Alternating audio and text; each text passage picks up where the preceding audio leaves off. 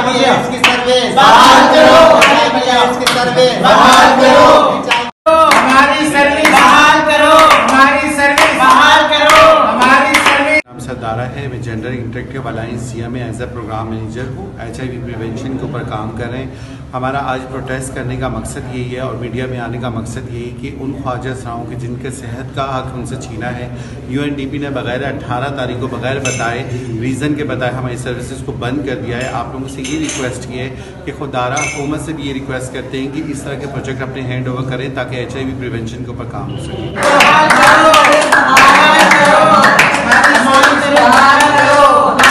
मेरा नाम सलाम फ़कीर है, मैं फील्ड सुपरवाइज़र जिया फाउंडेशन में काम करती हूँ और करती रहूँगी इंशाल्लाह। देखो, बात इतनी नहीं है कि हमारी 104 ख्वाजा सराओं को बरतरफ किया गया है, नौकरी से निकाल दिया गया, टर्मिनेट कर दिया गया। बात हमारी सेहत की है, बात ख्वाजा सराओं की सेहत की है। अगर ये सर्विसेज रोके गए तो ख्वाजा सरा कमेटी से एक जो सेहत का जो एक इंसानी हकूक़ का जो नंबरदार है UNDP, अगर UNDP जो है एक UNDP अगर ह्यूमन राइट्स का वायलेशन करे तो इसमें हमें बड़ा दुख होगा।